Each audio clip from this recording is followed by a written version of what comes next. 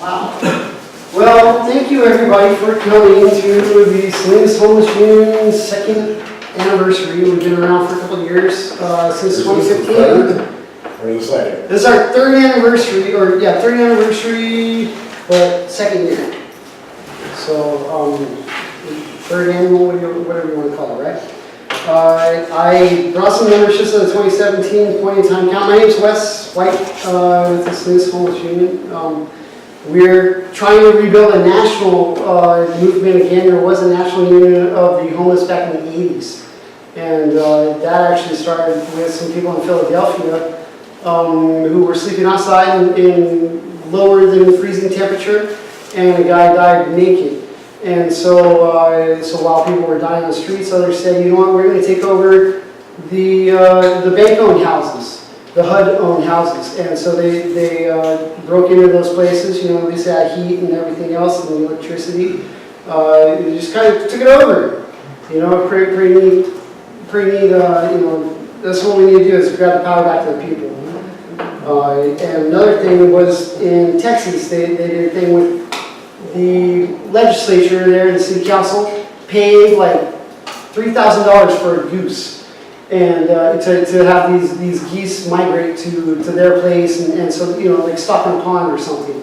And so there was another time where some homeless people went into a really rich, you know, foreclosed house, and called the police and said, we broke into this house, come and get us.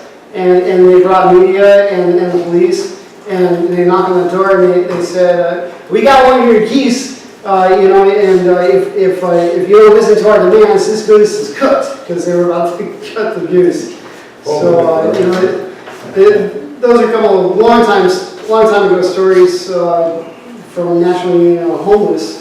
They had over 30,000 people at one point in all 50 states, which is quite phenomenal.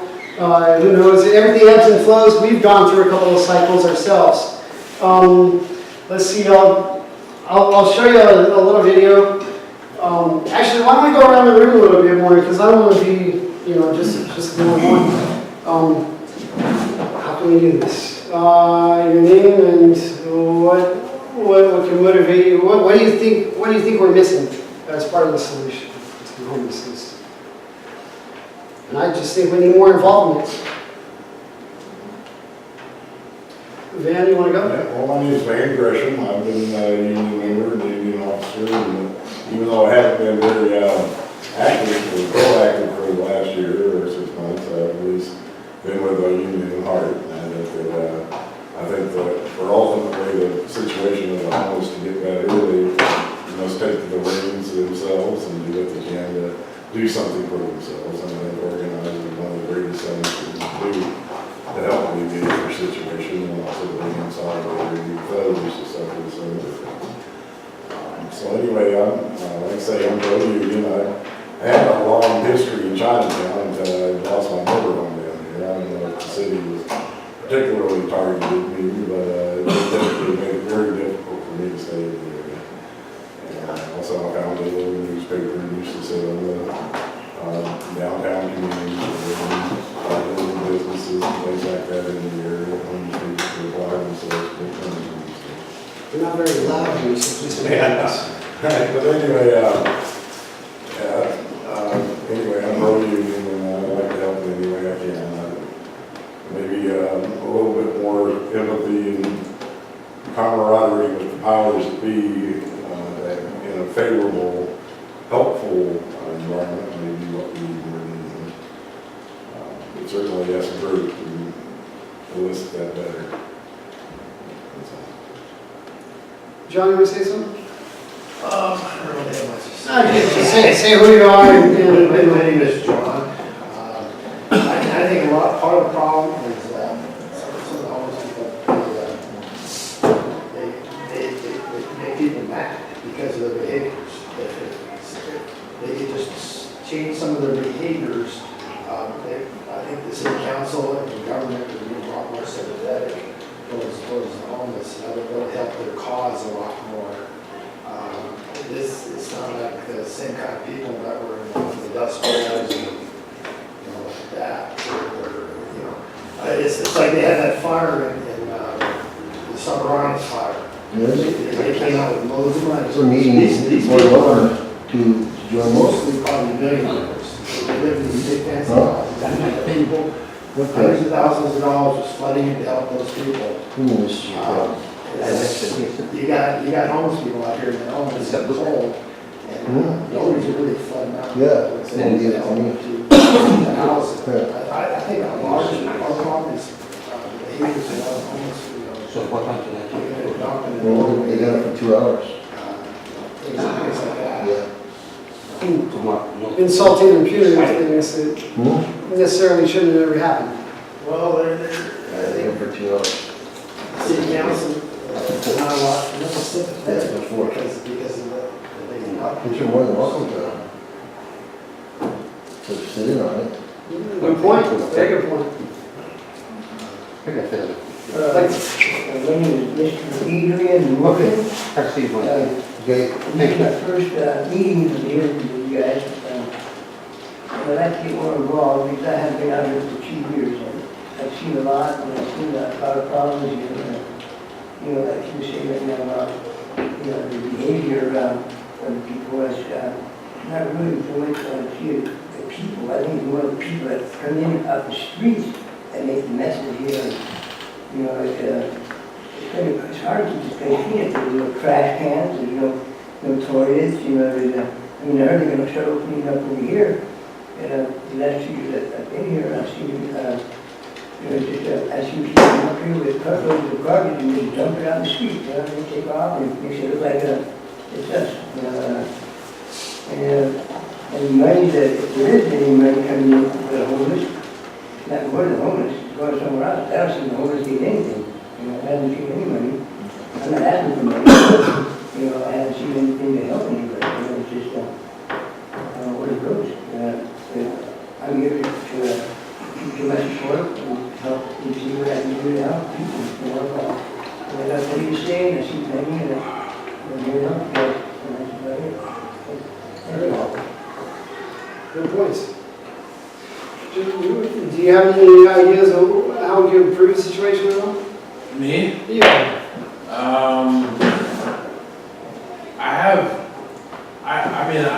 None that I really, Okay. Or things you see as problems or solutions or?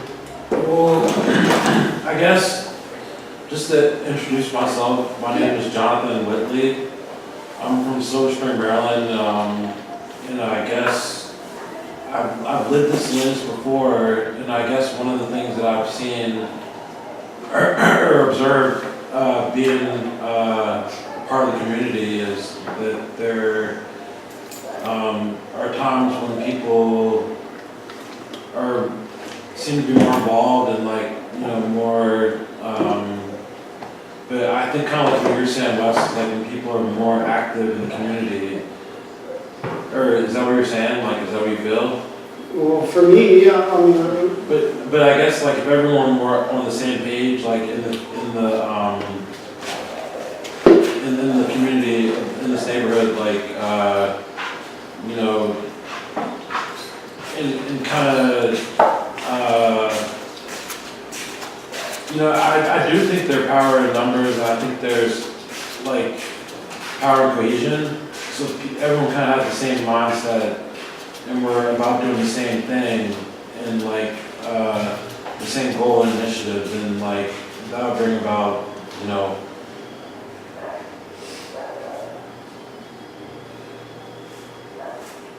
right? Sure, very well. Je sais quoi? I don't know. Yeah, you're right. Yeah. Well, I'm John from John Yard. I've been down here about a year and a half now, and I was here a long time ago. But also, the way I look at it, I was, Tim was down here a long time, you remembered me. Back in the time to where I look at it a whole different picture. Business, real estate, being able to provide low housing for people. I've had certain investors come in here and been thumbed away a little bit. It's just, I had the same problem as Merced, to where a lot of people, I hate to be this way, but they live here all their life, and they don't want nothing to change. Okay, and change is very difficult for, people that lived here for a long time, but at the same time, change is good. I worked in Chinatown, San Francisco, with the large police terminal, was the only non-Oriental family member. So I know about Chinese produce and produce that has been bought from Salinas, a wholesaler.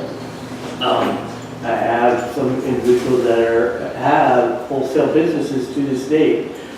So I see it as a business opportunity, a real estate opportunity to develop, to be more of a business oriented to the product that they have here in Salinas.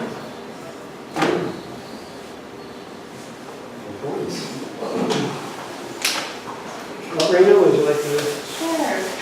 Hello, my name is Raina Gross. I've been in Salinas the past 27 years. I've been working in different areas like East Salinas, and now I get to have the privilege to work with seniors. I do work with Alliance on Aging, which is making sure that our seniors are able to know resources, especially the food bank lines, because what I've noticed is as I'm assisting them with some services, half of our seniors in the population are in the food bank line because they don't have enough food for the rest of the month.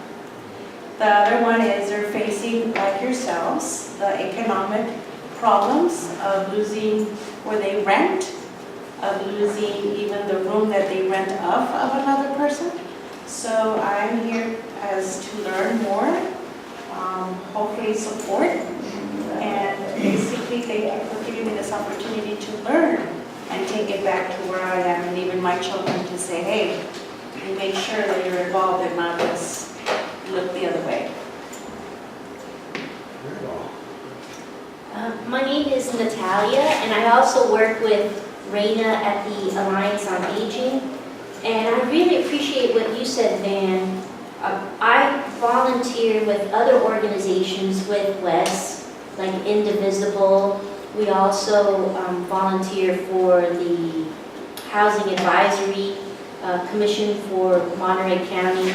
And we need to hear more of your stories, and we need to work more in solidarity and organize together. And I forget who said it. I think it was you. Is it Adrian?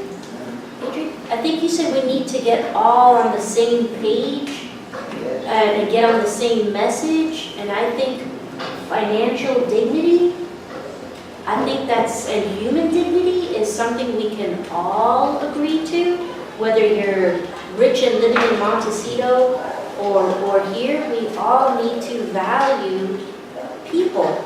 Yes, So, and I'm also here to listen. I've worked most of my life, and I never imagined myself being in this situation. And it can happen to anybody. I mean, I used to do white collar work, and I used to go down the homeless because I didn't know what was on that. And now that I'm living out, I see all the problems, how they're treated, mistreated, abused, and it's a crime. Should make some room around the table, that'd be good. The streets, go ahead. And the streets, I see them as a rape of the people. Yes? They take everything that you have, your jewelry, anything that's of value, they take it, certificates, anything that you treasure, they take it from you, and then along with it, with the dignity, your human rights, everything that it's a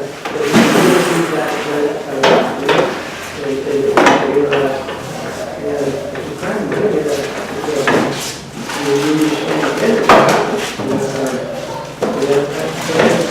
I have had two trucks, and a few trailers taken from me, they weren't registered, but they were my personal property. And every time I get something nice like that, it was nothing nice, just a piece of taken from me. And it makes it very hard, because I'm never getting that, I'm just trying to get by. I'm not asking for much. And I'm like, all these houses, the property that went up, we all believe it was going up for us.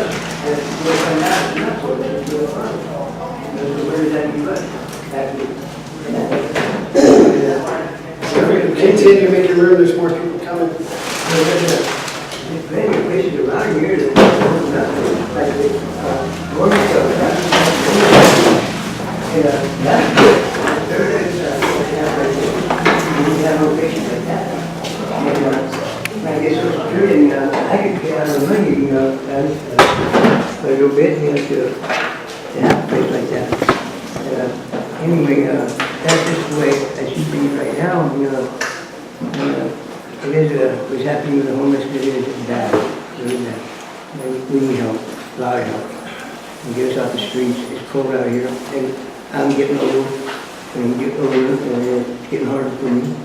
Like I said, I'm working for my life, and now I need help. And I'm ashamed to come up here before to talk, but I have to be heard, so anyway, thank you. Very well. Very good comments. So we got some newcomers. Glenn, we're just going around just saying our name and what we think, problems, solutions, observations, anything related to homeless that you think of? My name's Glenn, and my concern is they're saying that they have an epidemic of hepatitis A going around here, but yet they're not doing anything to clean like the sidewalks or anything like that that needs to be taken care of. And so that's the biggest thing for me. The concern is, they said it's a big epidemic and it's, killing people. And if it's killing people and and you guys aren't doing anything about it, So that's my big concern there is I don't want to be sick. I don't want to get that, Because I'm healthy, I don't have any STDs at all. I'm completely clean. I've been tested and retested and everything, and I'm fine. I just don't need nothing else or want anything else. That's my biggest concern. So Talk about that hepatitis A. The way I look at it is hepatitis A is through water. 4 years ago it was through the pomegranate, the greatest epidemic. And the way I look at it is what they call, in my eyes, the hysteria, to where a lot of these people here, they are taking hepatitis A, and when I go to a doctor, it's my public record, and it's not released. Here, I don't understand what's going on, is they let them know about our public records, to where it creates hysteria that people down here are dirty, or got problems. It's hysteria. It's a finger pointing to a less of a person. So that's the way I look at it. Because it's supposed to be public. You're letting out somebody's health. And people down here, they shower. A lot of people shower every day. They do the things that they're supposed to do, and I just look at finger pointing. Let's keep going. So we got a couple other new people just show up. We're just asking, what's your name and any observations, solutions, problems you see with homelessness in Salinas? Rita Costa. Yeah, I see a big problem with the homelessness. For one, the ordinance, I don't see how the city passed that, knowing that they didn't have no solution for the people. And two, that 7 to 7 really sucks for the fact that even in the nighttime they still come and they harass the people, and I know that as a fact because I'm also homeless and I stay at Sherwood Park. But when the cops come over there, I let them know I'm a homeless advocate. I was out here in Chinatown, but they wouldn't take me serious when we were doing the programs out here. We did Tents by the Garden, we did the flush program and stuff. They don't care. Their main concern is to keep, I'm not going to say that's what it is, but I feel their main concern is to keep the resources right here for the people that are out here. So they need to keep enabling them so this way they can keep getting their grant money. Because if that was really the case of not wanting the people around here, I don't know why they put the big old health center up right there. Why there's tons of people out here. Everywhere else they harass people, So I once again have to say, why not here? Because they need the people here, And I truly believe. I mean, I don't come out here all the time anymore because, to be honest, There is a lot of people out here that want help, but then there's a lot of them, they say yes. We've came out here getting people to march with us, and just a handful, considering how many people are out here. Everybody wants to complain, but nobody wants to do anything about it. And they're always saying, somebody has to do something. You're that somebody. We're the people. We're the ones who get to speak. If we don't speak, who's going to talk first? Nobody. Because, you know, we ain't got that Mike dollar in our pocket, you know. And another thing, I feel that it's a shame that our city and the community is okay with the way they treat the homeless people. Making the homeless people outlaws. If you can get a ticket and go to jail for being homeless, that is sad. I would think the community would want to get together and help. You know, I remember back in the days when somebody would get sick or somebody would have a problem with their rent or this, the community came together, worked together. They don't do that anymore. If it's not concerning them, they don't care. You know, and that is sad because I'm telling you, a lot of people, nobody says, oh my God, I'm broke. The time does come and sometimes you have to just stick your pride, you know, and just, God, we're one step from being homeless. Your house could burn down today and you become homeless. I had my own house, I had my husband, I had a job, I had it all. I came down here thinking that they were going to let me stay in the women's alive. I have 2 chihuahuas. There's no way I'm getting rid of that. It's the only thing I have left for my old life, you know. So I pitched a tent out here. And then I was like, I started, where do you guys go to the bathroom? Oh, $5. What? The day that I had to use that really hurt me because I never thought in my wildest dreams that I would have to be doing something like that. You know, and it's not that I had to. Well, yeah, I had to because where were we going to do the bathroom at? You know, and then they're complaining about it.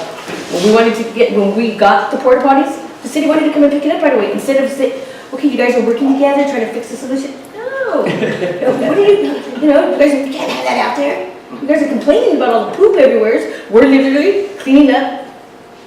You know? So we had to all gather, carried it back here. I always say, you know, at the time when they were saying that we were not organized, I have to say that's not so true. If you guys go on YouTube, you'll see on there, shows the garden area. It shows how clean we had it. The block did not look like this.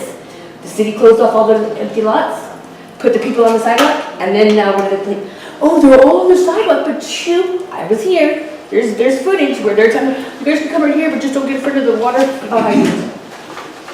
But now you're telling the rest of the community, they just keep coming back. You allow them to come back.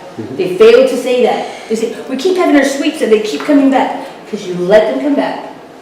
So they don't give the whole community the real story. You know, they just give them what they want. They say, you look at drug addicts and prostitutes. Okay, well, let's look in front of Dorothy's. Instead of looking over here around the corner or around that corner. Look in front of Dorothy's. Those are homeless people that need help. All those ladies you tell me the prostitutes and drug addicts or drug dealers? No. So, but what sells more story? Oh, the drug addicts and drug dealers and everything, you know, because that's what the next meeting is going to be about. I keep getting to think they were going to have it in January, now they moved it to February. But it's concerning all the violence and drugs out here.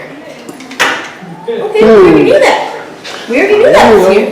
The police know that's here because, again, you know. They keep saying there's one policy with Jill that should have been changed and she lied to the community, saying that she was going to change the policy to where people here can have a job here.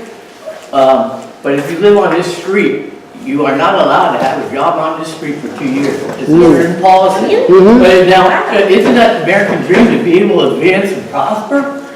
Client relationship. I really hate to pick on her, but well, you know, this is one for her and I quit my job with her. There's one policy that I think should need change because myself, I've been in the gutter, but you know what? I had a job and I pulled myself out of the gutter. Well, there's how do you expect these people to get out? There's people with jobs that are still homeless. The economy is so high. The rent is so high here. Right. I remember back in the day, you get I had a 2-bedroom apartment for $450. $450 is not even a deposit now. You know, you can even rent a motel for a month with that. Oh, yeah. So I understand what you're saying about that, but again, people say what they want to say, as long as they get what they want at the end. You know, if they say they're going to do this and this and that, they're going to get that grant. And you know, yeah, at the beginning everybody uses what they're supposed to, but then they don't finish, you know? They start, but they don't follow through. Well, I understand that because my dad had a lot of real estate in San Mateo. He had over a lot of money. But when the real estate went down, we lost in 2 months $400,000 so far. Like I said, I used to I'm just I used saying. to work for them, and I quit my job. and worked for them. When When I was that working, I real couldn't estate, do this. They wouldn't allow me to do this. Because then I was, again, like, I thought we were supposed to work together. But I did it for 16 months and yes, I had a 2-bedroom apartment. Yes, I was getting paid, but was I happy? No, I wasn't. I couldn't look at myself in the mirror. I couldn't look at my community because I was no longer allowed to talk to them the way I was talking to them. You know, everybody gives me a hug. I couldn't do that. I had to give them bugs. I'm like, I can't stop doing that. I can't stop being the person that the people know me as. oh, yeah. You know, so I chose to leave my job. I'm homeless again, but you know what? I'm happy. I could look in the mirror and be happy with myself. Right. For the fact that I know I don't feel like a hypocrite, you know? Well, I'm just saying the real estate market really crushed everybody. Yeah. Well, Yeah. it's cheaper down there in Yes. Santa County than it is here in Monterey County. Pretty made off. Definitely a broken kneecap. Right? Made off. Yeah, And Yvonne, okay. Well, then, Mary Ann, just any thoughts, observations? I think something needs to be done about public bathrooms. There's no bathroom anywhere in Salinas for the public. I mean, 24-hour bathrooms Yeah. in every Still city need to park. And still need to use the restroom. MST, city park, any public agency should have their bathrooms available 24 hours a day. How do you guys feel about the 77? You could, no city parks, no city property. They say county property, but not in the city. How does that feel? Right, with the county seat right here, Yeah. within city No. limits. It said no parks or no city property. We're not supposed to be camping on no parks or city property. We could do county property, but not in the city. You know, it's like, so they want the people to disappear. That's not gonna happen. Wait a minute, didn't they finally allow for camping in the city? Yeah, 7 PM to 7 AM with caveats, but if we feel like it, we just sort of kick you out. Yeah, and that's what they do, because like I said, I camp with the people over at Sherwood Park, and they do it all the time. Christmas Eve, they came and told us, you guys need to get out of here, it's the holiday. Oh, Well, man, Merry Christmas to you too. right? You know, I'm like, how dare they do that? Because no matter what, we still buy food in the stores, we still do that, so we're still taxpayers. You know, we're still human beings. You know, I don't look, do I look like a drug addict or prostitute? No, I don't, but that's the way they look at Yeah, everybody. one thing I think would be helpful, if you had some kind of paper you could give to the officers that were bugging you, or the security people. That'd be something that we could develop. We could develop that. I'm sorry, I'm glad to see so much energy because honestly, this is what the union needs. This cohesion, solidarity, and Diane's a really big piece of this too. The hip ladies, in fact, I included them because they're part of this legacy. It'd be good if we could all get along and get together here. The energy's coming. It's coming, and it's going to come like a deluge, a tsunami. We just need to bring it. Becky, you came in a little bit later. You want to just introduce yourself, say any observations about homelessness? Oh, sure. Hi, my name is Becky Johnson, and I spent like 32 years up in Santa Cruz County, and I work with an organization there called HUF, Homeless United for Friendship and Freedom. And it's a civil rights advocacy organization that's not-for-profit and all volunteers. And so we were advocating for legislatively, sometimes we would lobby some of the social service providers for better treatment of the clients, and a lot of work in courts with the sleeping ban, camping ordinances, and the lodging law. I brought a whole bunch of street spirits here, which homeless people can take them and sell them and keep the money themselves, and you don't need a permit to sell them. So I'll be leaving those. I used to write for them, but I squabble with the editor, so I don't write for them anymore. But it's still good paper. Nice. I've been with this organization for about a year now. I live in the Seaside, and I've been working a lot with the Lapis Road Homeowners Association, which are the people living in their RVs, and they've been first driven to Lapis Road and then driven from Lapis Road as the familiar pattern of using police and authority to drive homeless people from one side of town or county to the other, just doing their job. Anyway, I'm happy to be here, and if you want to follow me personally, I have a Twitter account, Becky Johnson 222 on Twitter. That's probably the easiest way to get a hold of me, or through Wes. Wes can find me. Maybe. Hit and miss. Although I've been ditching your son the last couple of days, so that's my fault. Oh, yes, he's beating the bushes to find you, I have no doubt. Oh, right, yeah, my phone's been blown up. So I guess I just wanted to show you a little bit of stuff that we've done over the last couple of years. And gosh, that's an awful lot. You see how many tabs there are on the top there? That's not even half of what I was looking at. But to whittle stuff down, I figured it'd probably be better. And you're likely to see some familiar faces, which is pretty cool because, well, actually maybe not, because shouldn't they already be housed by now? This one was 2 years ago.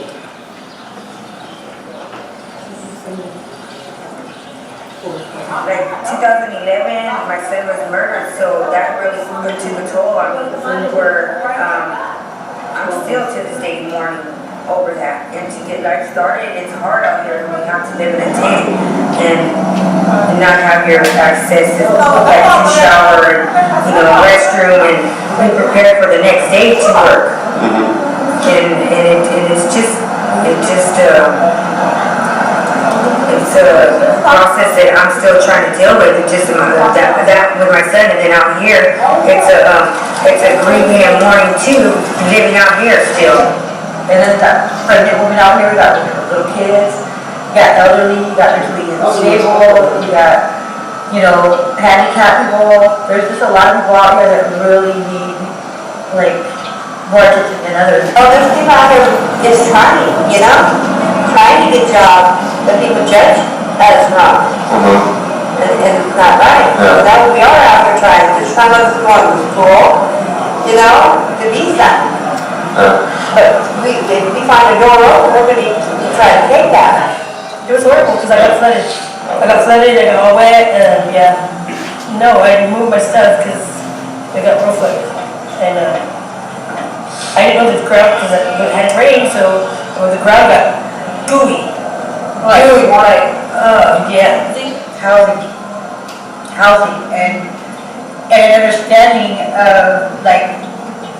they don't have to worry that whatever transitional housing they get into, that they don't have to worry that in 60 days they have to rush to find another place to go because this is going to be shut down, and they would put somewhere for a meeting time, and then when that program's over, they have to find somewhere. It's like they're getting scuttled around, and they just want to stay here because that's what's going to happen. Make sure the girls go to that place.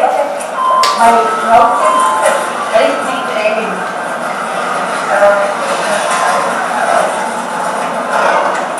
I have dragons in here, but we're just getting wet now. Yeah.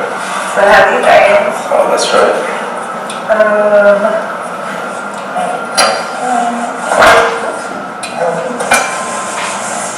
They got wet in the rain, see-through. It was really cold, but I was blessed where I could go sleep at my friend's house.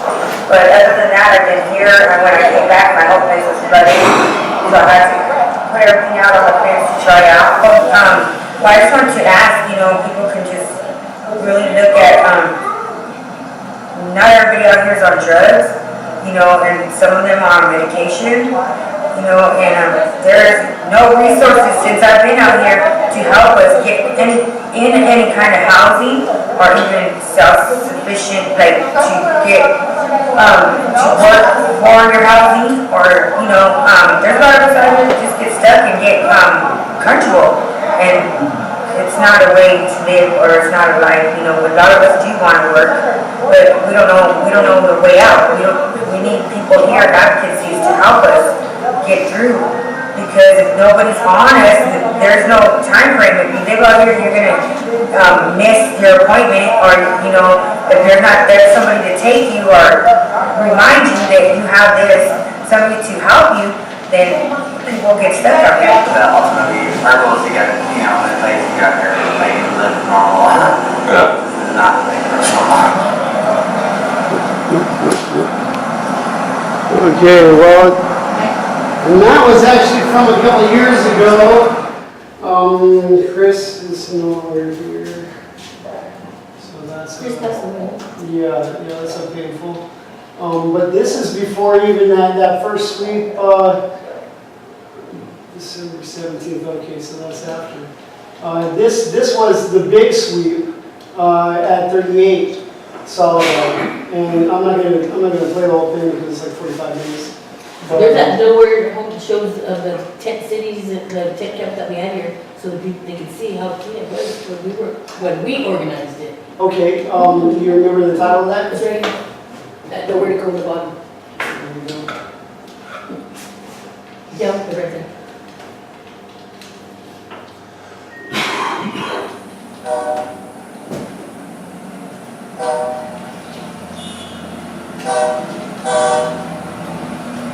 My name is Rita Costa.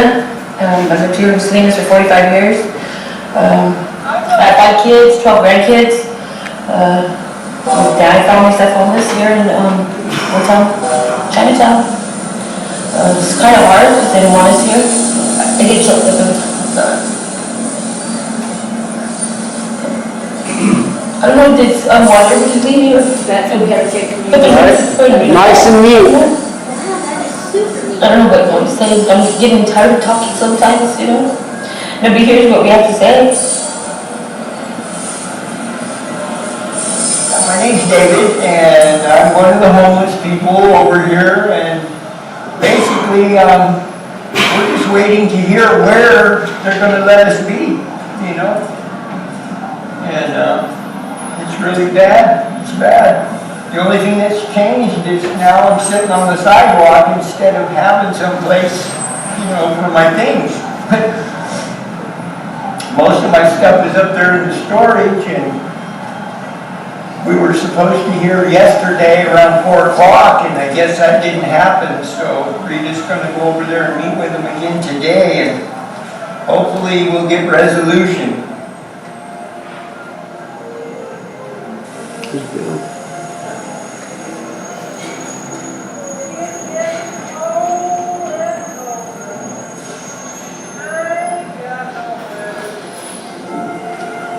My name is Joanne Castro, okay, I'm 50 years old.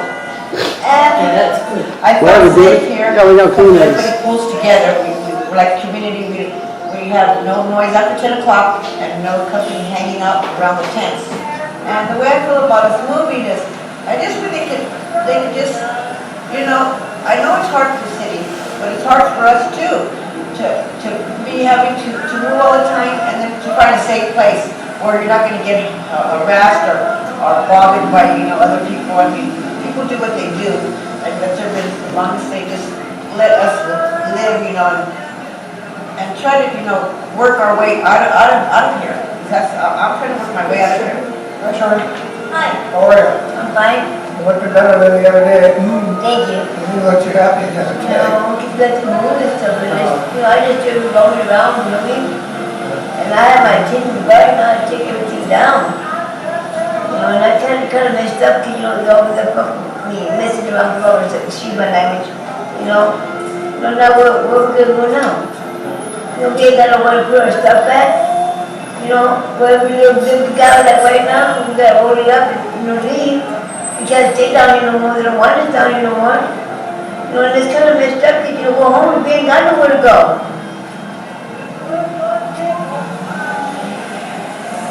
My name's Josh Hallman, and I was over at the tents that the city had broken up. We had it organized over there, we had it cleaned up, and now I moved right across the street into the hotel where I pay a monthly payment over here, but if it falls down to us being homeless again, then you You know, maybe we can find some more group of people that are willing to stay together in the communities like that and to take care of each other.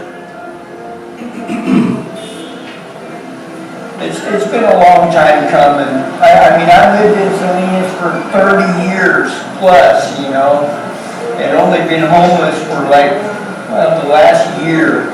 They fenced us off, made all the streets one way, so they kind of had everybody contained, you know, and it was like out of sight, out of mind, you know. Now all of a sudden it's important to get everybody out of here. It's really crazy. And the attitude was, when the police came that day and did the sweep, he told me, what was his exact words, or something to the effect of, well, I don't care where you go, but you ain't gonna be here. And that was cold, you know? Yeah, that was really cold.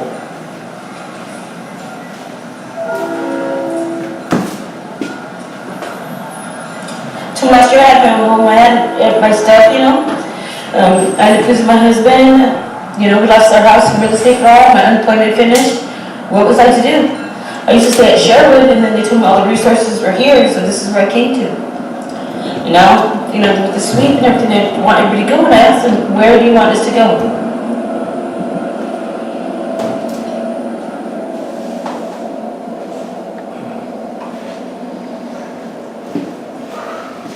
Wow.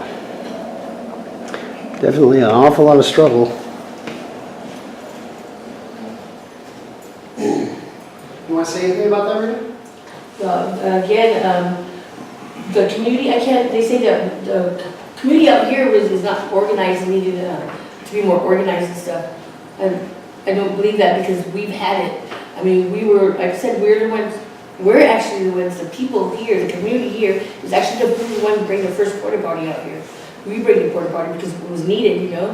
When they did the sweep, they closed our program down, they took the porta potties and everything, and, you know, once we're gone, the groups come over, along that really groups in this community, you know, started the same old programs, changed the names, and there it is.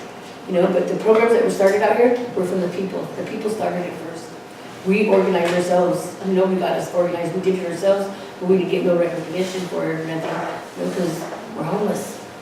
You know, I guess they figure we don't deserve it, or you're out here, so how can you say you're doing something?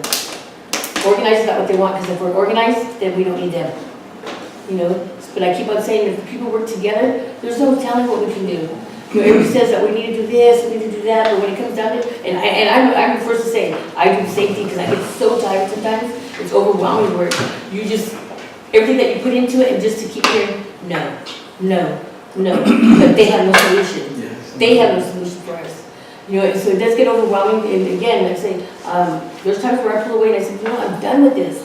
But then again, I tell them, how can I do that? You know, because a lot of people depend on me to go and talk, or just to be there just when the police come, because, you know, not everybody can speak or want to speak, or there's something, you know, you want to, but you just can't. Oh, I should have said this at that time, but you just don't.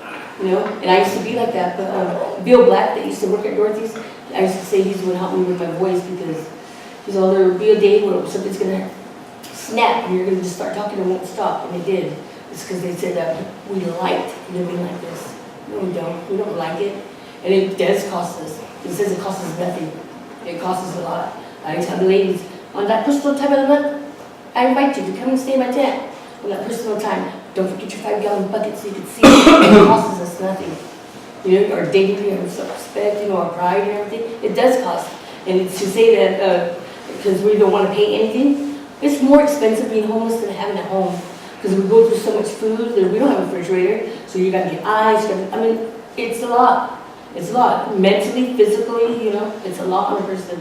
You know, and say, if you didn't have something wrong with you when you were out here, you will by the time, the time comes for you to get a place in housing.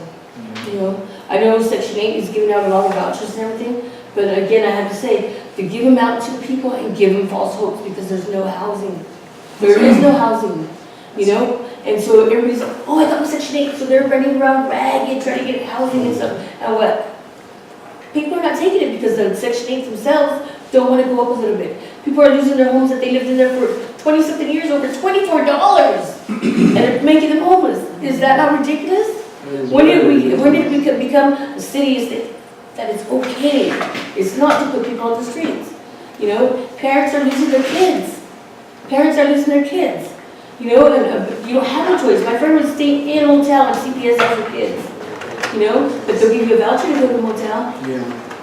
So, I mean, how would they do that? How would they do that, you know? It's not that the people don't want the kids, they do, they're trying, and they have to be hiding. That's like, I mean, you feel like you're doing alcohol.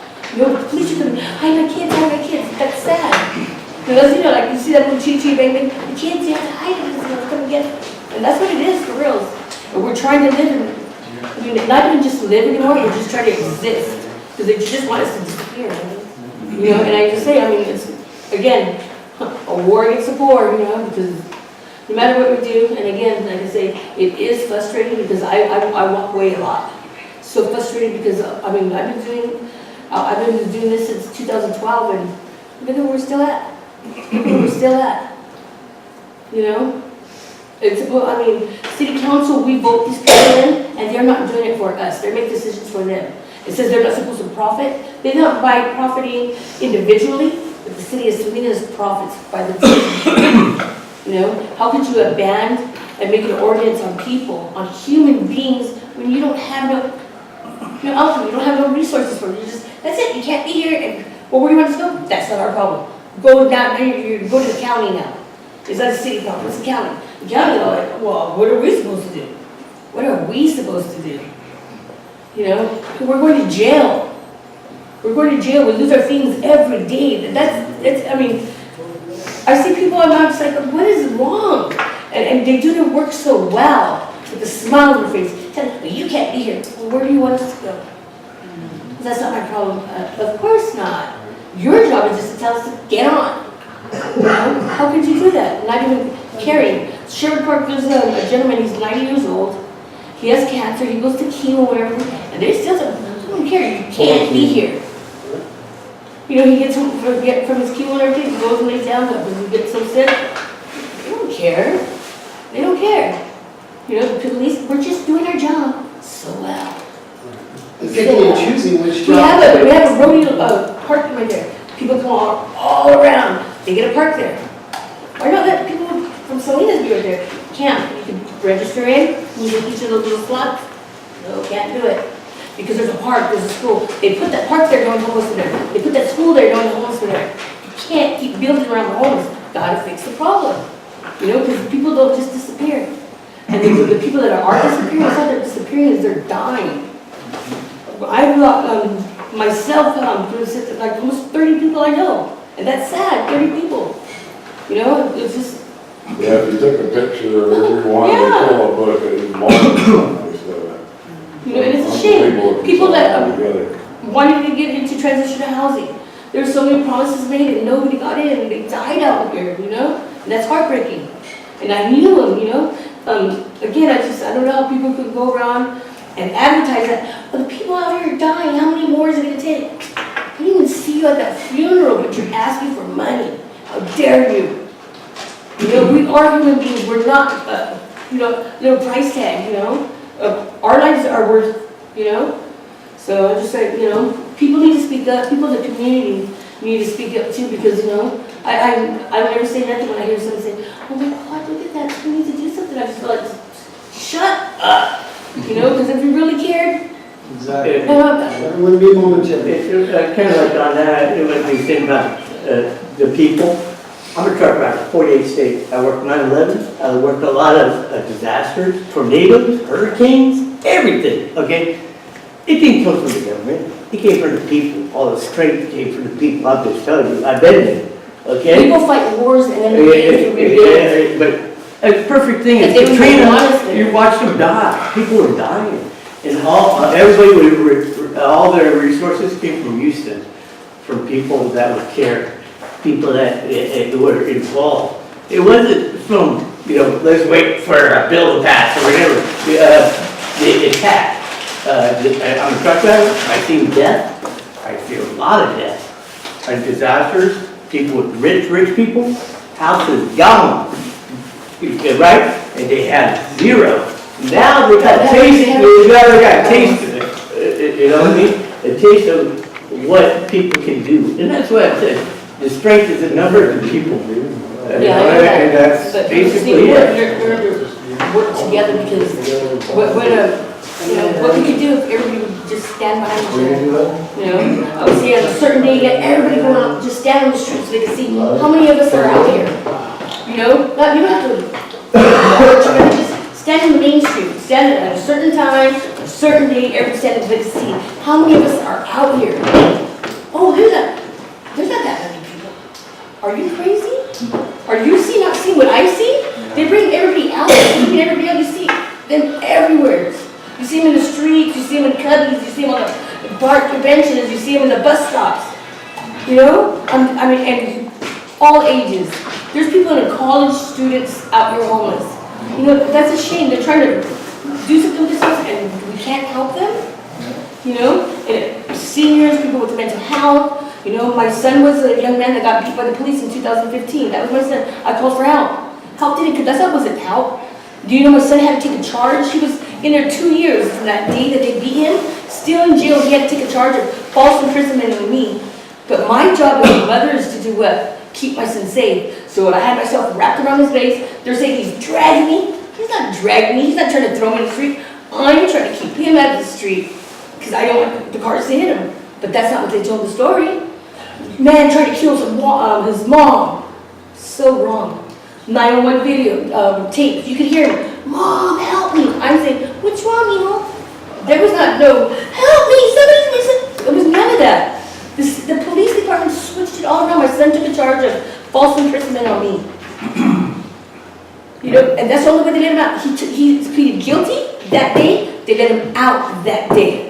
Come on, something's wrong with our system. So how many staples did he get? How many broken bones?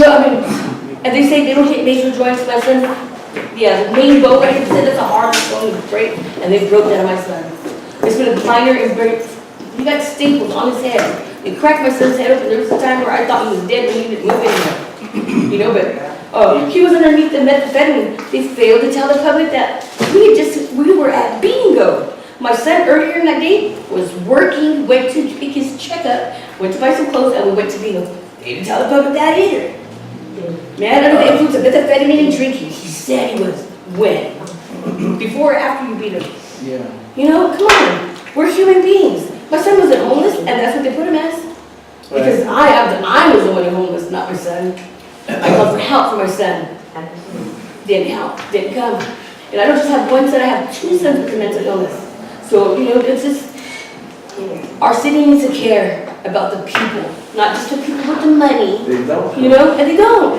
And I hate to say that, because I know a lot of people that have money, they're good people and everything, but politicians, it's about the microdollar. And I even tell them, each and every one of you have your own little secrets, your own little skeletons in the closet.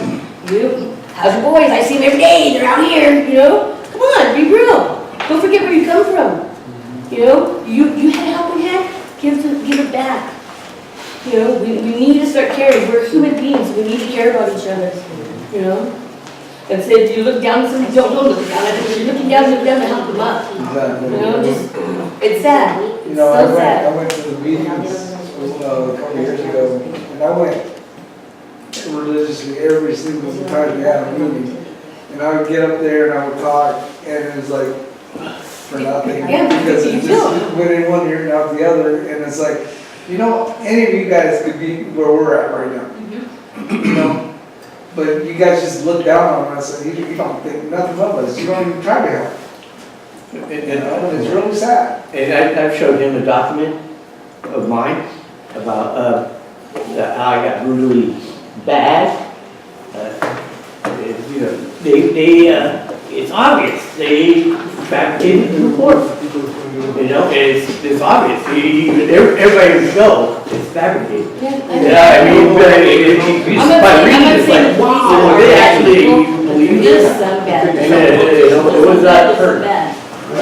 In the past, because I've only lived in this area for 3 years, so I don't don't know all of this history, but when you organized in the past, was it just leadership from the immediate community? It was the There was no organization. It was a. The community being a family. Yeah, well, I actually started the Tents by the Garden. It was a rules-run tent community. Rules-run. Only when, you know. Did you make contracts? Yes, I did, and I had everybody sign that contract. Yep. After 10 o'clock, there was nobody else on, nobody could come through, you know, because everybody knows what's out here. So make sure 10 o'clock close. Whatever happens in your tent comes out here, it affects the rest of us. Did the police ever come by? No, we were out here 9 months and had no police on our Isn't area. that interesting? Well, You the reason why I'm asking is there is a moral movement now for like the Poor People's March, the Poor Yes. People's Campaign, 50 which years is really, later. really exciting, I feel. And I understand feeling overwhelmed when you're doing everything all yourself. Have you heard of COPA? Do you know COPA? COPA, it's called the Communities Organized for Relational Power and Action. It's a group of churches, communities of faith that are fighting for economic justice, racial justice. This is right along the lines of what they should be fighting for. Oh, yeah. So is that, I mean, I think that's an organization that should be here, that should be partnering with you. One of the things that you mentioned was we don't need to do marches. I agree with you. You don't need to do marches for this. I would think doing something like, I don't mean to be offensive. If I'm being offensive, tell me, but there's a reason why I'm saying this. Like a tent in. What do I mean by that? If people, and this could be CSU and B students, because especially the students who are mobile and who can do this, you can take a whole bunch of tents unannounced and go to Salinas City Hall, Seaside City Hall, just have a whole bunch of tents visible there. We've already done that. Okay. In 2013, when we had our sweep here, when they closed our program down, we camped out there for 5 days. You know, so this way, and that's what the gentleman was saying. We had a plan to meet with the mayor. We met with the mayor. At that time, they offered us Sherwood. But this is what I keep telling them. They think everybody comes out here to use the resources in Chinatown. Sherwood Park people don't come this way because they're scared. There's a bunch of different campsites that don't come out here. So they don't need to, that's why we tell everybody, there's not just Chinatown. There's almost all over Salinas. There's so many camps. I mean, if there's a bush, there's a person. It's true. You know, the soccer park, I will see my grandkids play, but I know that there's so many people behind those trees. You know, and it's so sad because everybody goes on with it. You know, for a quick bit, you say, oh, what's that? Then you go, it's gone. That fast. Oh, you know, next city council meeting, I'm gonna go there. Oh, there's a sale over here, I'm gonna go over here instead. You know? Again, we lose track of the people that really need that help. That's why there's so many people that in need. Because nobody cares. Nobody cares. And the people that are getting it, and again, I have to say, I'm not just talking because I don't know, I'm talking because a lot of nonprofits, they get a lot of donations.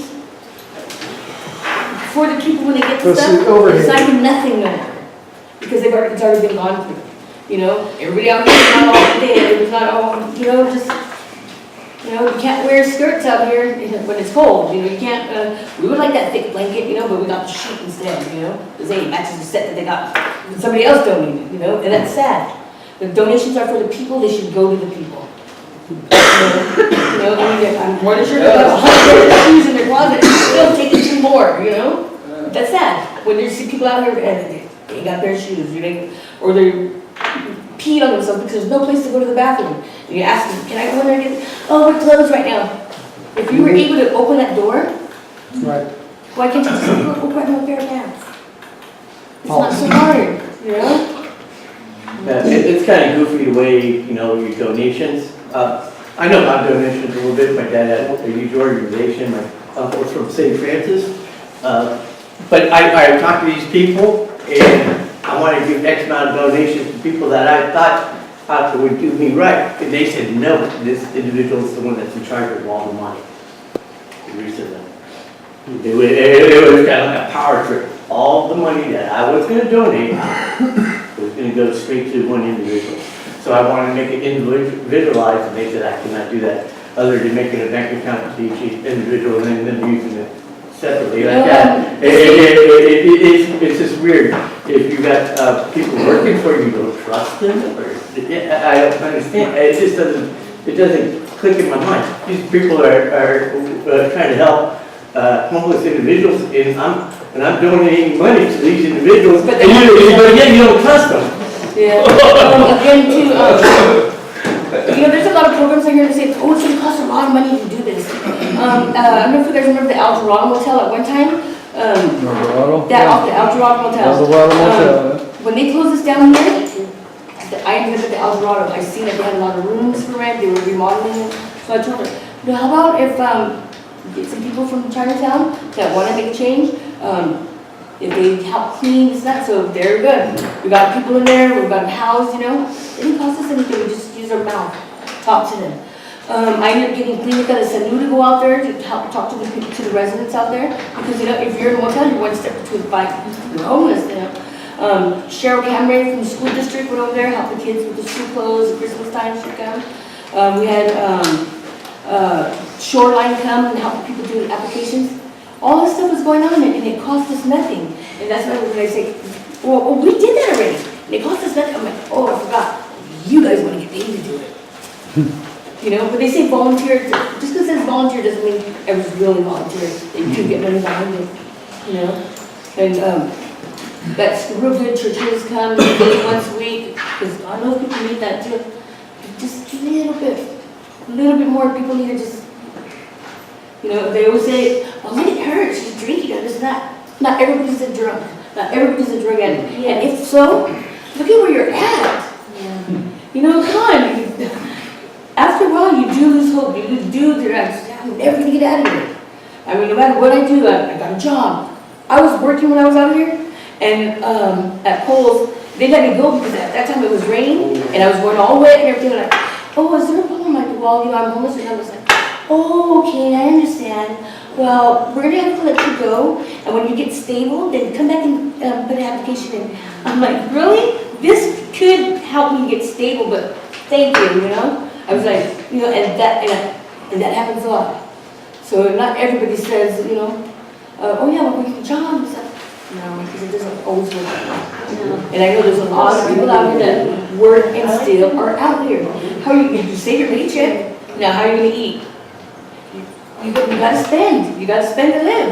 And again, people that have on Social Security, are they able to pay their rent? No. People are going to pay in because you can't pay your rent. And it's sad. You see more and more seniors out here. What happens to their golden years? They get a rest. There's none of that anymore. People don't care. It's just. So I think part of the and it's been mentioned here that the people, the politicians, they're rich, they're affluent. And you probably already did this already. You have to say, if you negotiate somehow, if we have housing, we won't be out on the streets anymore, and the values of the property will go up. Does that make sense? It kind of makes sense, but the thing is, they don't pay.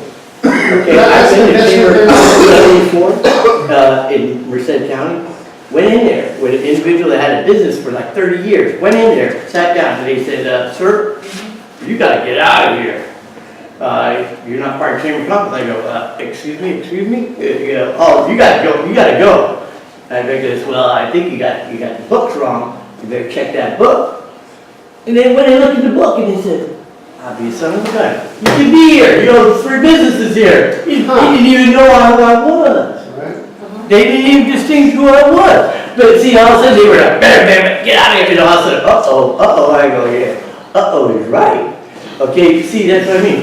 They're on their own agenda. They're on their own platform. They didn't even know who I was. That showed me they're on their own agenda. All right.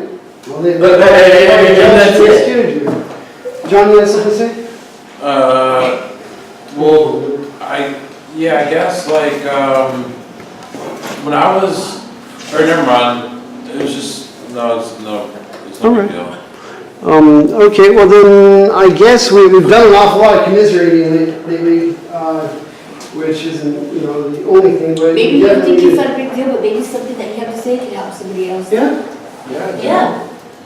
Well, I guess I was trying to say that when I was here before, living in Salinas, I was a part of this program called Macomb, like through the county. Mm-hmm. I guess one of the benefits of that program was that it offered subsidized housing, but I feel like the cost was that, you know, there's like this tug of war, like once you become housed, it's like, you know, you're not really that immersed in the community. Well, maybe some people aren't really as like proactive about, you know, I mean, it's just like my mom, for instance, is like, well, I don't know anybody who would want to be homeless, or choose to be homeless and stuff like that. So I guess maybe what I'm trying to say is that there's like this disconnect between people who have like a house or, you know, like a physical address versus people who are living on the street. And I guess the disconnect is like kind of like two political parties that are at odds with each other, you know? It's like, you know, I think it's weird because like, I don't think there's any other avenue than this that like has such a strong sense of community.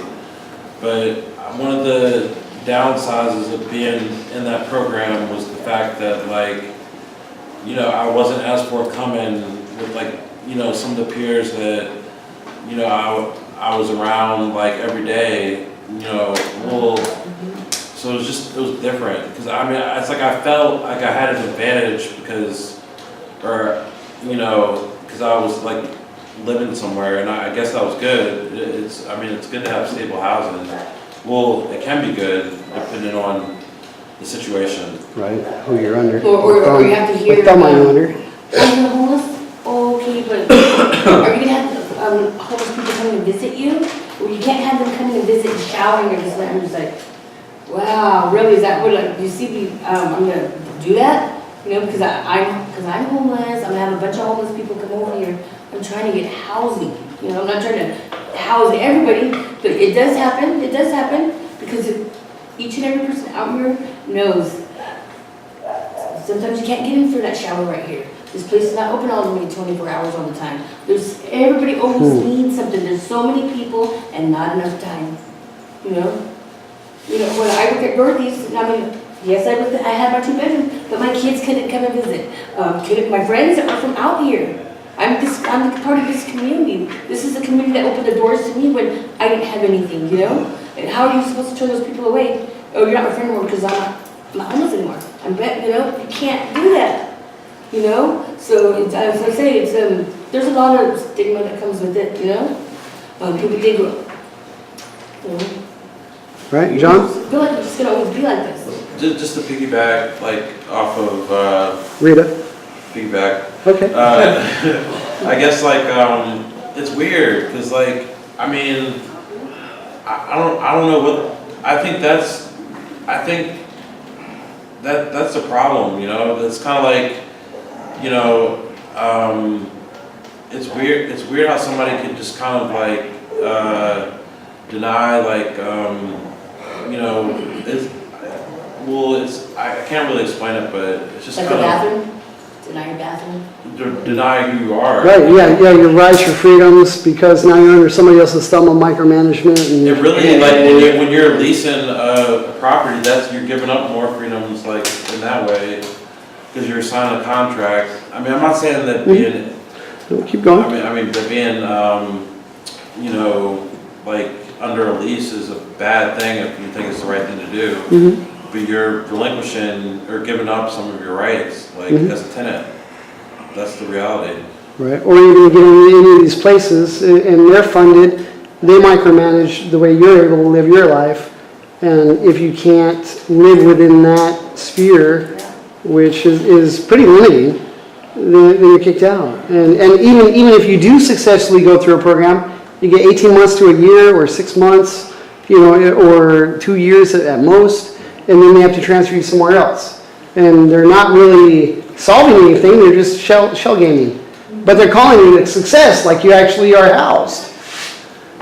Yes, ma'am, and can you introduce yourself, because you came in, any observation about homelessness you might have? Oh, hi, my name is Amber Vivier. I became homeless in January, March, April of last year. I had some issues with the house that I was living in that rendered me homeless. Some electrical, gas issue problems, and I ended up ill.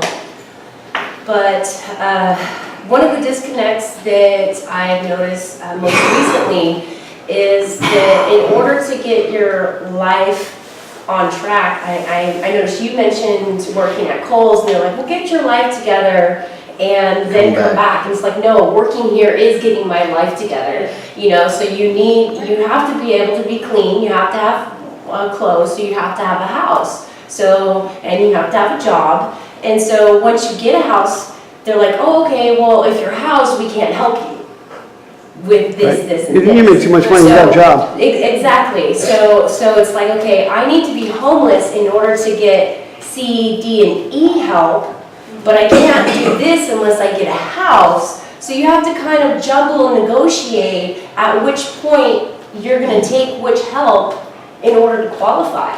You know, if you're mental health, they can help you.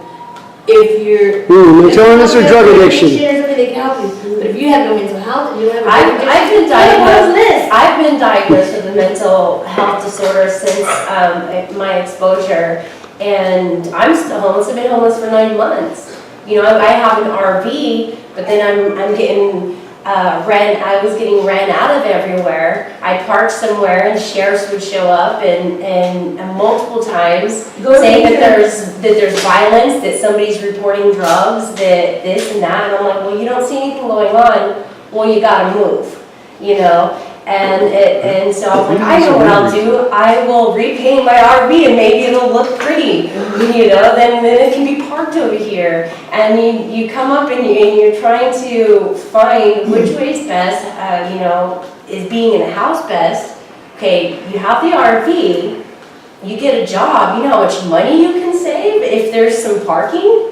So where you can have facilities, or am I going to pay $1,600 a month and stay in that exact same spot for the next 5 years of my life because all I'm doing is paying for rent? Yeah. You know, and I've been put in that position now that I have over your head, but no food. You have no light. Yeah, that's over your head. You know, so that's really one of the things that I noticed in the different programs. Even with the mental health, I think the only one that I've seen that actually helps and assists you is the adult behavioral health unit. Intern is real good. They're very resourceful. You know, they'll actually do what everybody else is saying and petitioning for money for. I can call them and say, hey, I have a doctor's appointment that I can't get to, or you know, I need to go out to the beach today because of this, and that, or whatever it is in the mental health unit. You need some fresh air, you need this. They will actually have a social worker come, pick you up, take you, spend the day with you if you need it, if it's physically and mentally well by you, and they watch your progress, and they actually show compassion. And you might not always have to reach out all the time, but that once a week or every couple of weeks where you're able to speak with somebody that actually can understand your position and say, hey, like, I'm just a human being. A year ago, I was making a lot of money. I had a car, I had my home, I had my kids, I had everything going, and then boom, gas leak in my house, and now nobody wants to talk to me. And I'm homeless, I'm stinky. You know, no, I'm not. And then it's the whole coming down here to Chinatown too. You know, there's rumors that, oh, they're on drugs, they're tweaking, they're homeless. Because guess what? You're rolling out of Chinatown because you're trying to help other people who are homeless. Because now you're like, oh my gosh, this is an epidemic. You know what? I'm in the same position, but let me help. What can I do? I'm limited, but the things that I can give back, let me try and give back. But oh, you're with the undesirables. You're part of them. That's right. You're not wanted either. And that's what I noticed about it. And it makes me cry. You know, it's just it's kind of a cycle, and it's almost pointless to talk about. Yeah, you tell yourself, because I care means I'm beneath all of it, it's crazy, crazy. This is a great discourse, to be sure, and I guess I did want to try to do a little bit of highlight or whatever for the last couple of years. And Rita actually did a lot of the, before I ever came along, and Rita's actually been quite the anchor, and Amber's doing quite the anchor as well. Yeah, one of the things that I wanted to do with my business is we have PA systems. I have music, we have sound. So if we want to do drives, if we want to make noise, I mean, there are certain limitations that I'm going to have to negotiate with my husband for PR reasons. Like she mentioned, but if like, I forget which one of you said it, but it was like, hey, it's going to increase the property. You have to find reasons, even if it's not your reasons. Like my reasons is to help this, but we got to sell it to them this way. And if as long as we're not throwing mud at the people we need help for, then we're going to make a little bit more progress. Say, hey, you know what, this is what you're wanting. If you do this is going to look really good this way, this way, this way, and that way. Help us out, and guess what? You're helping your community. You care. You're doing this. And that's really the approach that we need to take. Yeah, help us help ourselves. Help us help ourselves. Yeah. And for them, we're saying, hey, look good in the public, and you get all the stars and the fame and everything else, But instead of saying like, you have all this money, you're not helping, because they're not going to turn and they're not going to help. They're just going to quiet it out like they've been doing before, So I think I've been wanting to work with Wes. I've been a little preoccupied with my own personal things that I've had going on. But I really, at least once a month or something, I want to have a block event or like you said, just spend 2 months handing out the word to every single homeless person. I have some homeless family. I have homeless friends there's sectors in each part. There's the Taco Bell sector, there's the San Juan Grade sector, they're everywhere. And let everybody know on this date, show up, and then everybody's gonna wake up one morning and the street's gonna be full, and like, hey, this is your community. We're not hiding today, And we'll throw up the sound and throw up some music and say, hey, we're here. Stop ignoring us. Stop shuffling it around. You know what else, Wes? You know what else I would like to see? Because this gets exhausting when you're talking about it and you're sharing your story over and over again.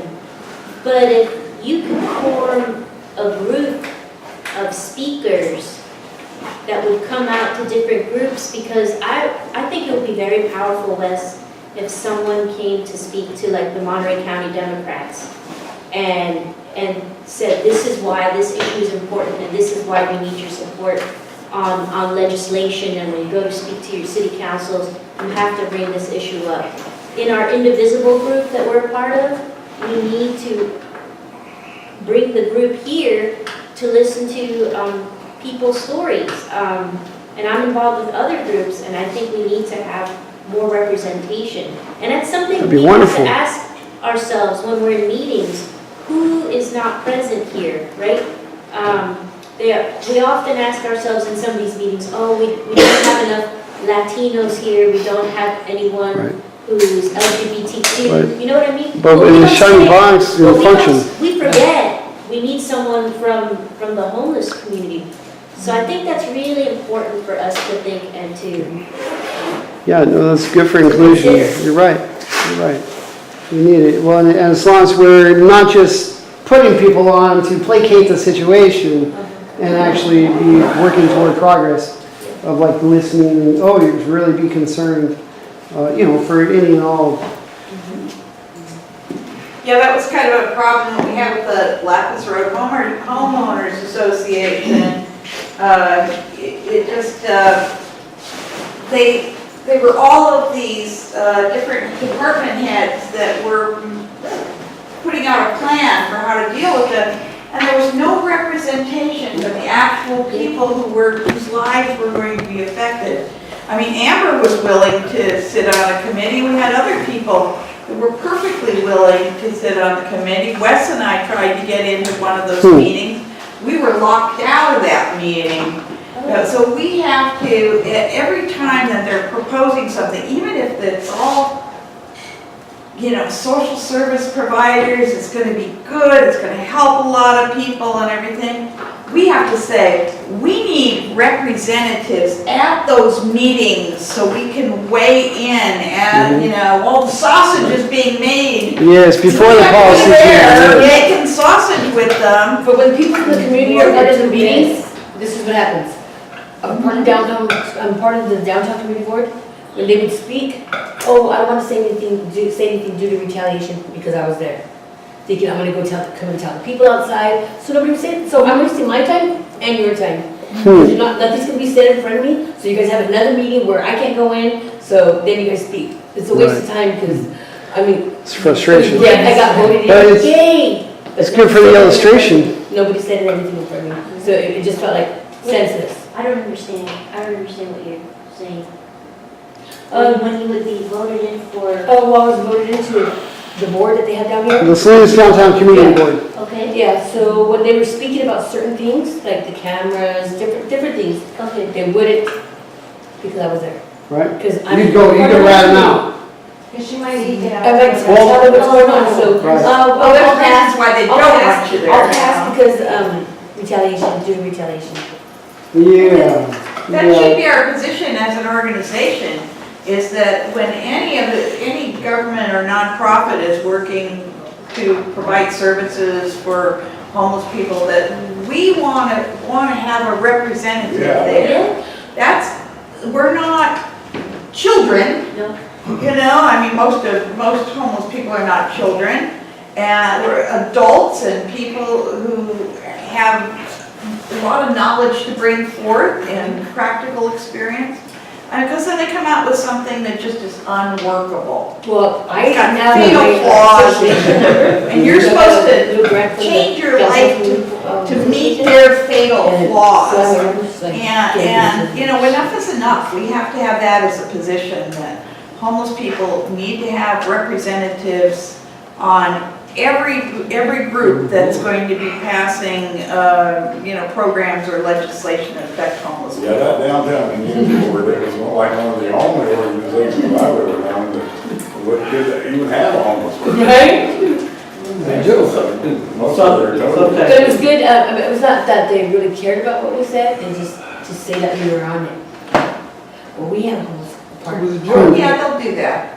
But, you know. But they did have their own private meetings. Yeah, they did. Well, you know, officially, I think you're both still Because on. part of that, yeah, we are, but you see what happened when I went to the last meeting. What are you doing here? Well, did somebody tell you to come? So, well, I'm part of this board, I came to see what's going on. You know, just because I'm not in Chinatown no more, doing work out here because I had to go elsewhere for them to take me serious, what I'm doing. You know, they were just, you know, it was even like, oh, here she comes, here she comes. There's a reason why I come. There's a reason why I stopped. You know, it's because it gets so overwhelming. You just have to, you know, see the same groups get those, the grants. You tell yourself, we did that work and we got nothing out of it, you know? We're the people that did all that hard work. We're the ones that did that. Yeah, they just borrowed the ideas and monopolized on it. Yeah, it's sometimes misdirected in this town. Like truck driving, a lot of guys, the truck driving industry is huge, brings in a lot of tax income, and especially in produce. So over here they had, I had a caseworker, and she was so way off key about truck driving to where, what the heck are you talking about? You know, and up and down the street. And a lot of these guys, they thought they were not able to become truck drivers. And there's agricultural law and there's general freight law. So I know a lot of knowledge about it. And I went down the street, boom, boom, boom, boom. I had like 8 guys that were interested and they didn't know they could have a job. It was like they were so misdirected from the caseworkers, it was unbelievable.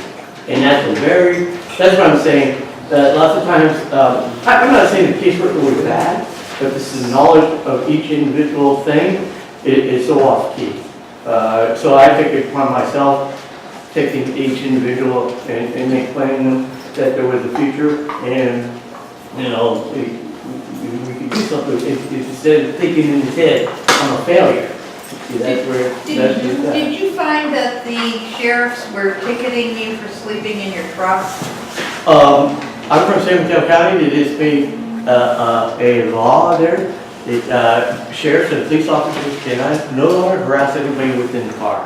I do not sleep in the car. I sleep in a victim mission or. But a lot of truck drivers, when they're. They can't do it. And they can't drive, you know, laws of how long they can drive. Right. And we were finding like in Santa Cruz, a lot of truck drivers would pull over and they would sleep in their vehicles.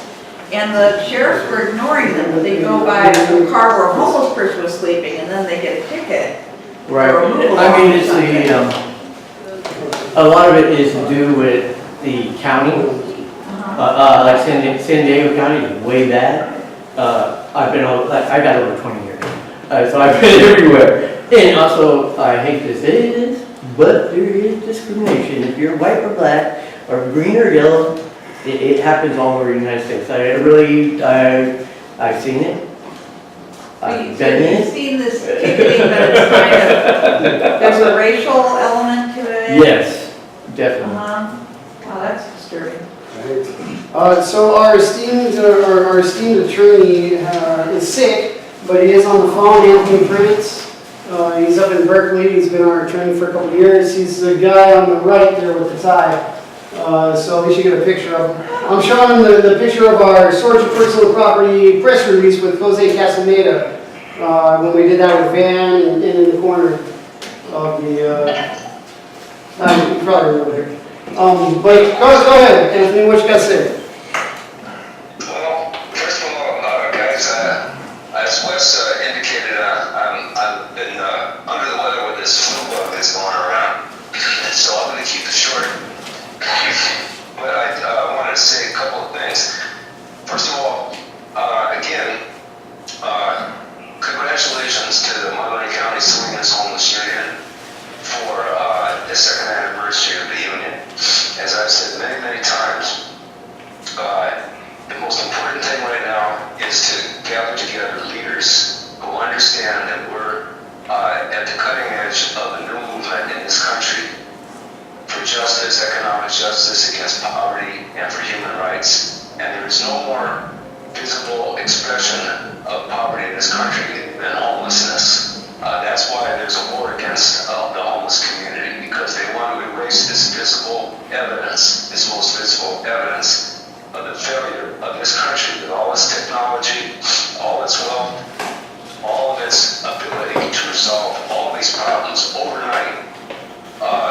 Nevertheless, people living in cardboard boxes and tents, while you have mansions and luxury hotels and billions of dollars being thrown down the drain to enrich the 1% or the 1% of the 1%. So I think it's very significant that you guys have persisted. Sometimes the numbers have been big, sometimes the numbers have been small. That's not the point.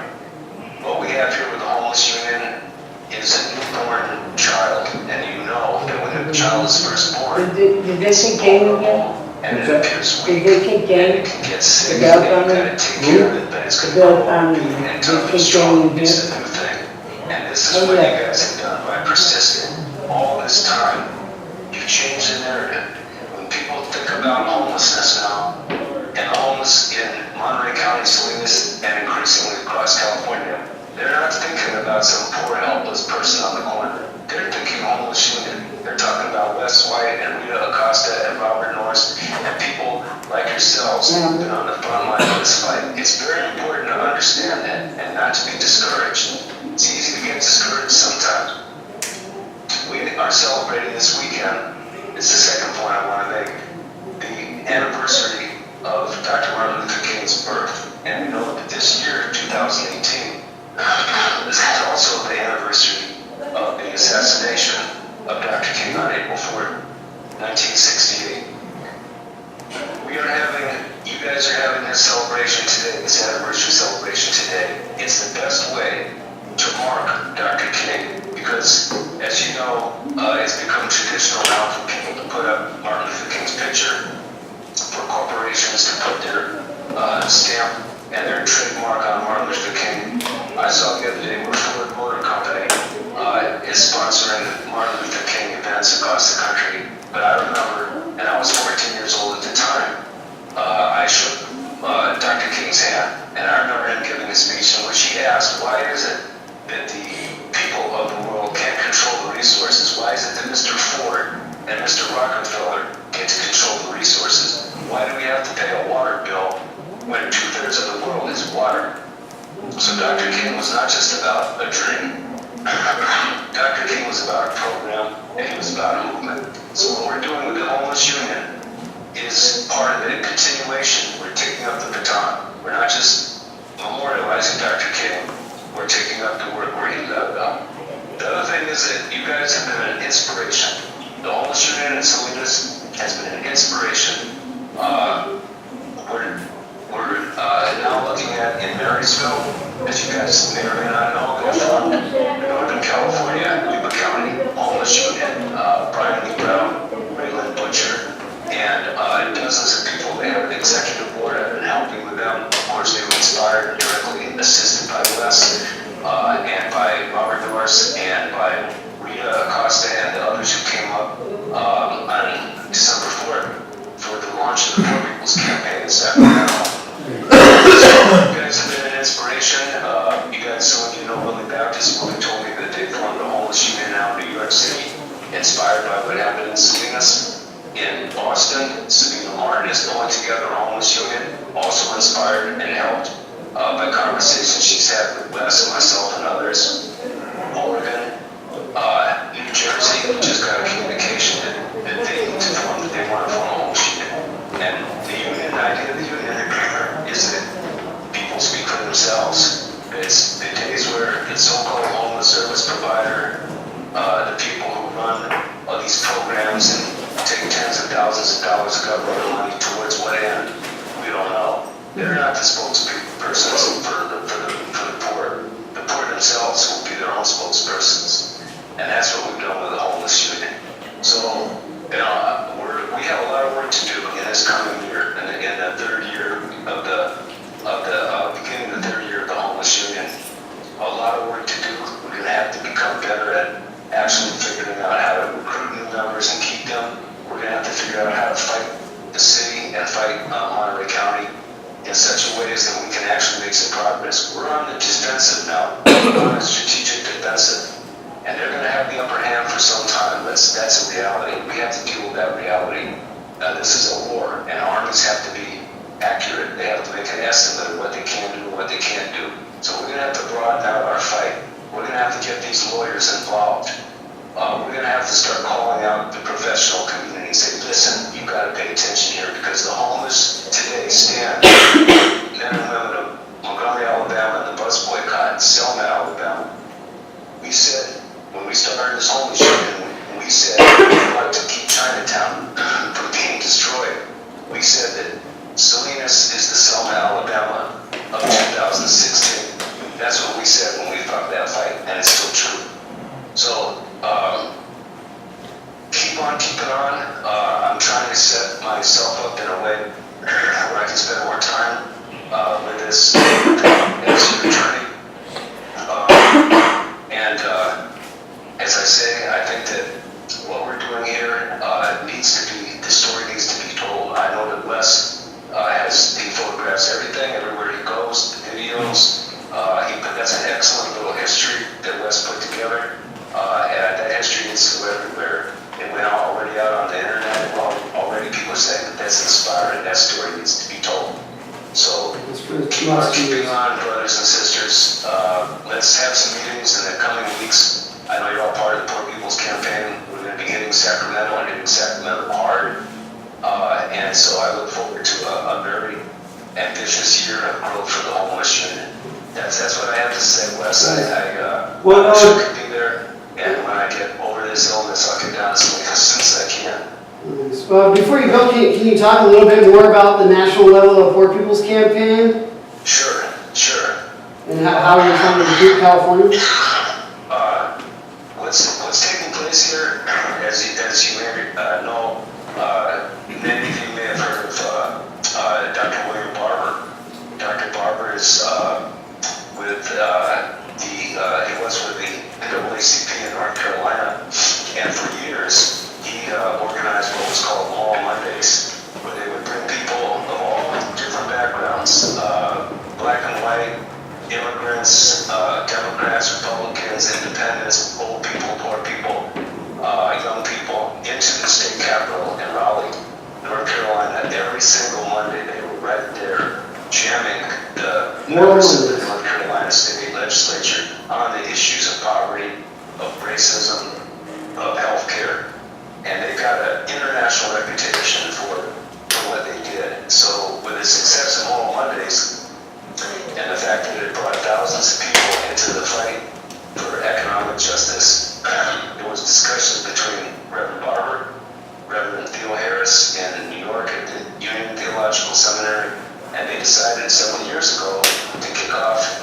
a poor people's campaign, what they call for a moral revival. And we have launched that campaign all across the country, 25 states, including California. Wes was there, Rita was there, Ted was there, Diana Blaylock was there, I was there, and we had about 40 to 50 organizations represented in Sacramento on December 4th, and that happened in 25 states across the country.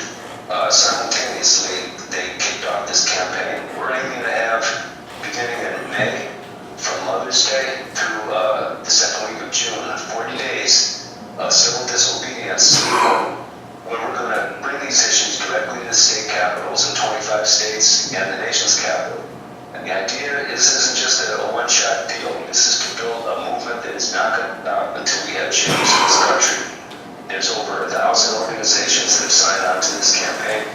And right here in California, we have almost 1,400 people who have signed the cards pledging to be part of this civil disobedience. We're going to be having classes and training on how to carry out that civil disobedience. We're going to be talking about what our demands are. And I have made it very, very clear to everybody that the homeless unions are we are on the front line of that campaign, of the Poor People's Campaign. So that's in a nutshell what we're going to do. Very well. We probably should have a meeting soon in Monterey County, specifically to figure out how Monterey County can become not just the homeless unit, but all the organizations can become part of this thing. I would think we should organize that pretty soon. John, you still remember your question? Yeah, I just had a quick question. You said at one point that you were, I guess, you didn't want people to be spoken for.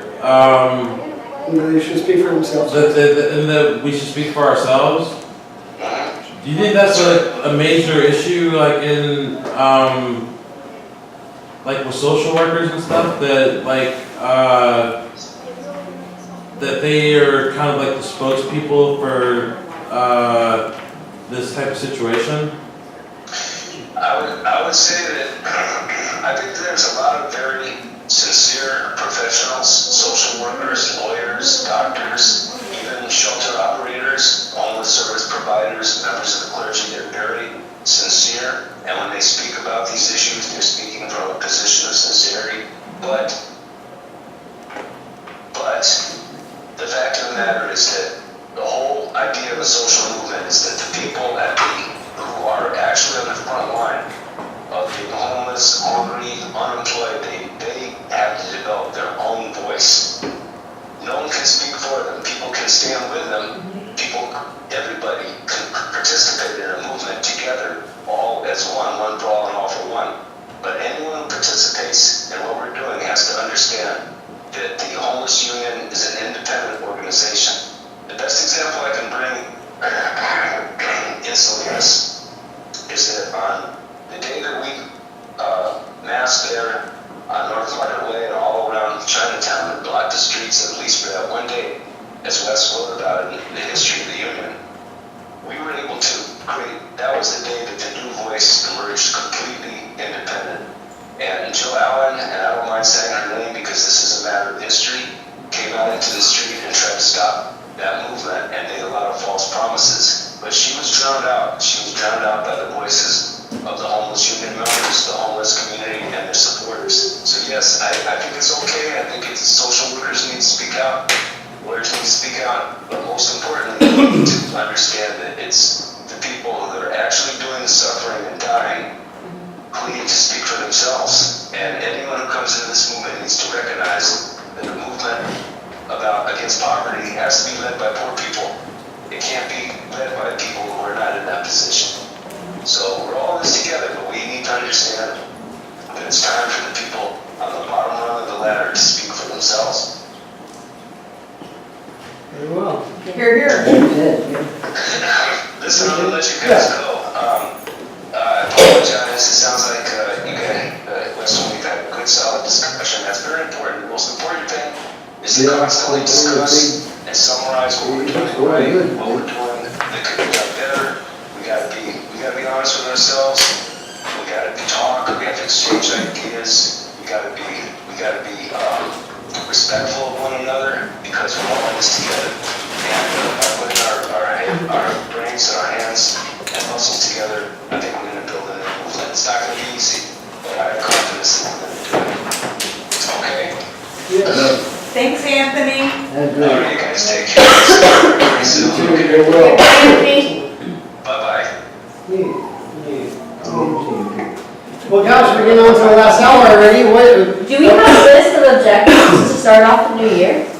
No, we don't. Should we do that? No, Well, I would love that. And what I'm looking for with all this energy is to put it to good use, like you're talking about, some goals, objectives. One big goal objective is the Salinas ordinance, the camping ordinance. Another big deal is Lapis Road just got another set of orange stickers and eviction notices, like a whole full page, like not even a sticker. So they're serious about getting rid of everybody from Lapis Road who moved on to Monterey Road, who now has to leave Monterey Road to where? You know, and that's a problem. You can't just push people out and think they fall off the face of the great edge of the earth or something.